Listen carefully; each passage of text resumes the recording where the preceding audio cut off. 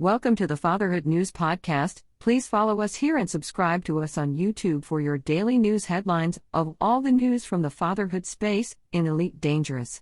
Here are today's headlines on the 12th of November 3306.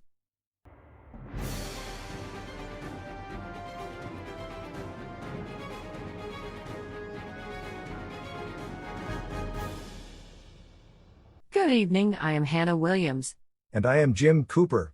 We start today's broadcast with a galaxy-wide community goal for traders to supply power generators, robotics structural regulators and building fabricators to the megaship Spirit of Nyssa in the Musca Dark Region PJ-PB6-1 system.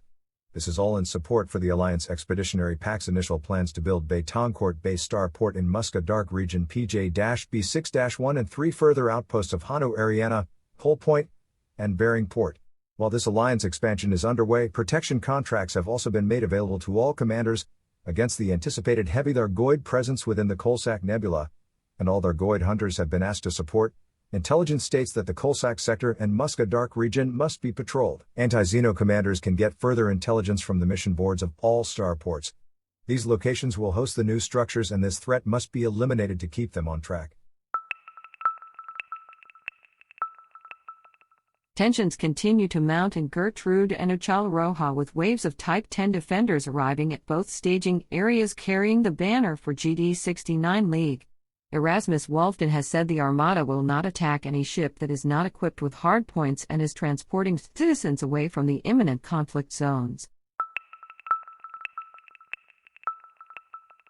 The Liberals of LP 417-213 have accused LP 417-213 Power Solutions of systematically reducing power supply to the civilian quarters of Creighton Works, and have blamed them for the reduced output from this large planetary outpost.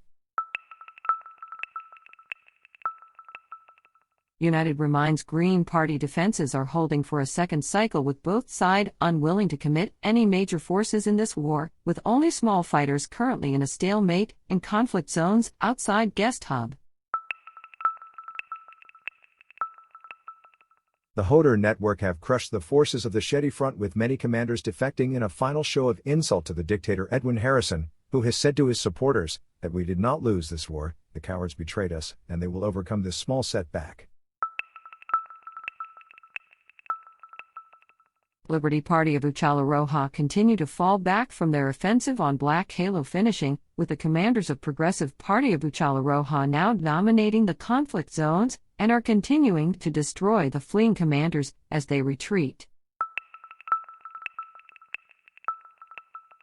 In election news, Ottawa Gold Fortune Industry took an early lead in the early voting for the dual election for Misty Summit Surgery and Cooperative Culture Ministry. Representatives from the Ottawa Interstellar have said they are not concerned and they hope to close the gap in the next round with their fleet of Dolphins. The hostile takeover of Crown Camp is proceeding, with neither side willing to issue the vote counts this early in the elections. This is to be expected, as both sides are still developing strategy to maximize their voting pool. On the news that was reported yesterday in the Fatherhood News, the BD plus 69-238 Monarchy have said they are happy with this cycle's numbers that puts them within 0.1% of the Confederation of BD plus 69-238 in influence. Continued illegal checkpoints in the system have been attributed to the rise in the influence for the monarchy. With no end in sight for the LHS 1848 Blue Ring protest, the Fatherhood have issued a dire warning stating that if this does not end soon they expect more deaths on the docking bays, and have appealed for both the Blue Ring and the aristocrats to meet and put an end to this madness. The Fatherhood News understands that Kier gang famine state will come to an end within a few cycles, with more of the gang's citizens now working despite the lockdown state. Taylor Relay CEO has said they have engineers now on the factory floor and they hope to be fully operational in a few cycles, adding that their robots will rise again.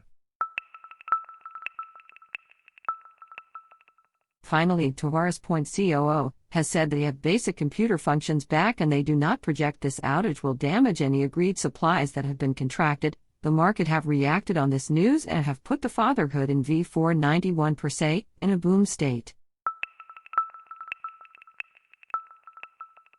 That is wonderful news, I am sure, for all Fatherhood citizens in V491 per se, and speaks volumes to the resilience of Tavares Point. Don't you think, Hannah?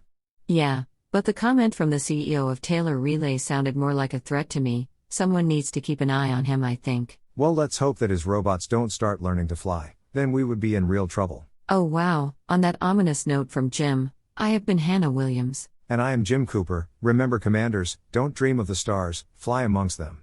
Thank you and good night.